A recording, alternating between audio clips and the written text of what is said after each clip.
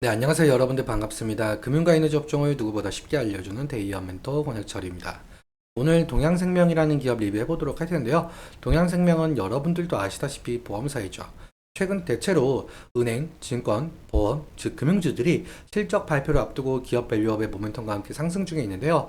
사실 기업 밸류업 프로그램은 야당인 민주당의 선택이 상당히 중요합니다. 이유에 대해서와 기업 밸류업 일정 함께 알아보면서 같이 한번 확인해 볼 텐데요. 천천히 얘기 나눠보도록 하겠습니다.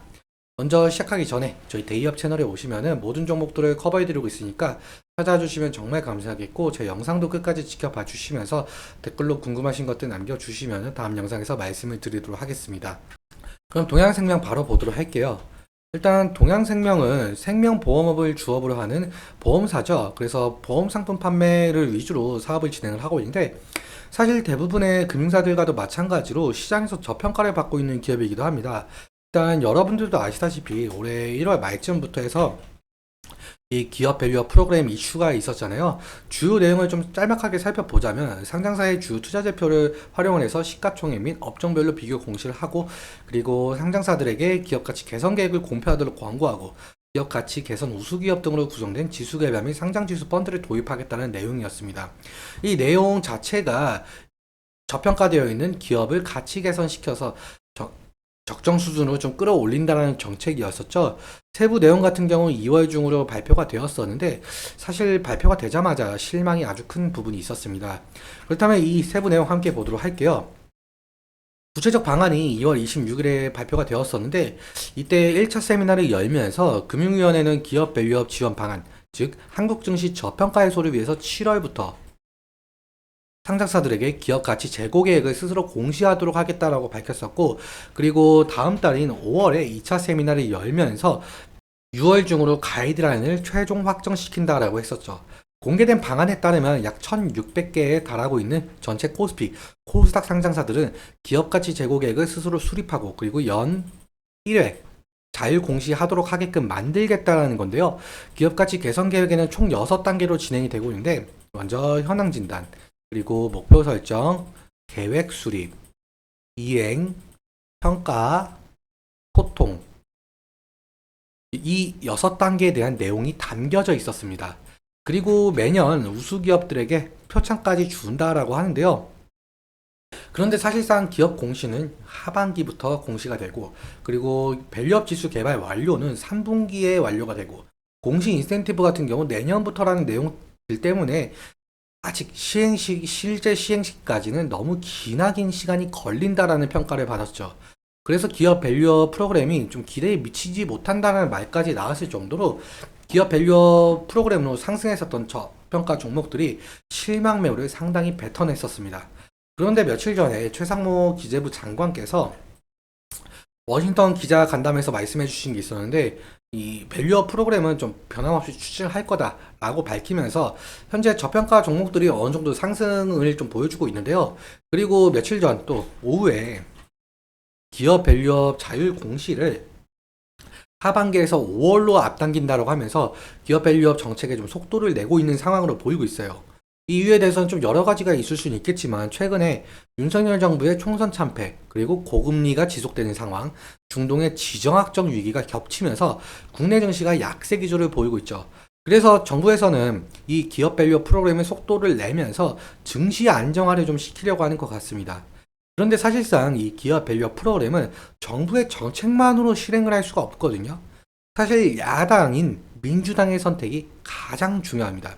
이유에 대해서 좀 말씀을 드려보자면, 야당인 민주당 측에서는 정부의 이 밸류업 프로그램을 좀 반대하지는 않았으나, 민주당 측에서는 이 소액주주 권익을 보호하는 정책, 즉 기업들의 이익과 반대되는 상당한 내용을 가진 정책을 공약을 한 바가 있었죠. 그래서 이 기업들의 자발적인 주주 환원 노력과 세제 혜택에 초점을 맞춘 정부와 여당의 정책 방향과는 아주 크나큰 차이가 있었는데요. 앞서 말씀드린 대로 4월 총선에서 여당인 국힘이 참패를 했었고, 그리고 야당인 민주당이 승리를 했었죠. 그래서 더욱더 현 정부의 기업 밸류업 정책이 좀 제동이 걸릴 것이다라는 시장 평가가 있었습니다. 다시 정리해서 말씀을 드려보자면, 사실 기획재정부가 밸류업 정책의 일환 중 하나인 세제 혜택으로 제시한 이 법인세 세액 공제와 배당소득세 부담 경감을 세법 개정을 시켜야 하는데, 이 세법 개정은 국회 동의, 즉 민주당 동의가 있어야 실현이 될 수가 있거든요. 그런데 이런 세법을 다수당을 차지한 민주당이 부자 감세로 규정을 하게 되면서 국회 법안에 반대할 경우에는 세법 개정이 상당히 어려워지게 되는데요. 그렇다면 이 기업 밸류업 프로그램도 무산이 될 가능성이 상당히 높겠죠. 일단 민주당 자체 내에서도 이 1,400만 명에 달하고 있는 개인 투자자들의 여론에 반응을 할 수밖에 없는 입장이긴 한데요. 그래서 사실상 민주당과 정부의 정책적 합의가 이루어질지, 그리고 실제로 기업 밸류업 정책이 실현이 될지는 아직 미지수로 보이고 있습니다. 그래서 이 부분은 좀 지속적으로 이슈 체크하면서 대응을 해야 될 것으로 보이고 있고요. 그러면 차트 보면서 마지막으로 설명 마무리 짓도록 할게요. 동양생명의 차트를 보시자면 아무래도 금융사, 보험사이다 보니까 보험 테마 형성과 호실적 기대감을 모멘텀으로 가지면서 주가 변동성을 좀 나타내고 있는데요.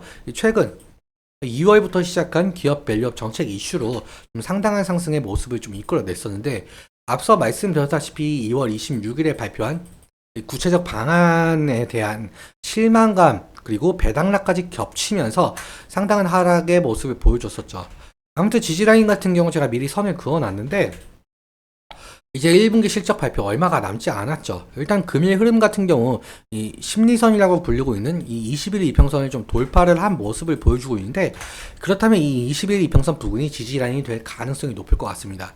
그래서 1분기 양호한 실적 전망을 바탕으로 이 21일 이평선을 좀 지지해 주면서 상승을 하게 된다라고 한다면 상당한 상승을 좀 이끌어낼 가능성이 있을 것 같은데, 만약에 1분기 실적이 안 좋게 나오거나 기업 밸류업 정책이 무산이 된다라고 한다면 한 차례 실망 매물이 또 쏟아질 가능성이 높겠죠.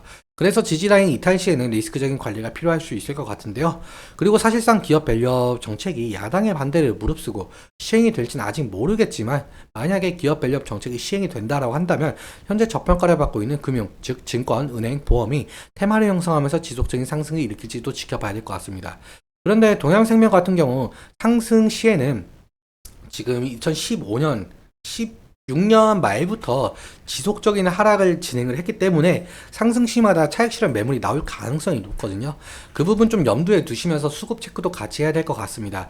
지금 수급 같은 경우 한번 보시자면은 개인과 외국인은 매수세를 보이고 있죠. 한 달 사이에. 그리고 기관 같은 경우 매도세를 보이고 있는데, 지금 마찬가지로 외국인의 매수세가 상당하다 보니까 이 외국인이 매도세로 전환을 하게 된다고 한다면 이 차익 실현 매물, 이 매물이 나올 가능성이 상당히 높겠죠. 그래서 외국인 매물이 나올지 이 부분 좀 염두에 두시면 좋을 것 같고요. 오늘은 여기까지 말씀을 드리면서 오늘 내용 여러분들께 도움 되셨다면 구독과 좋아요 부탁드리고, 말씀드린 내용과 차트적인 부분에 대해서 이제 개인적인 견해가 많이 껴있다 보니까 여러분들의 주관적인 견해와 함께 투자를 현명한 선택하셨으면 좋겠습니다. 오늘도 시청해주셔서 감사하고 지금까지 멘토 권혁철이었습니다. 감사합니다.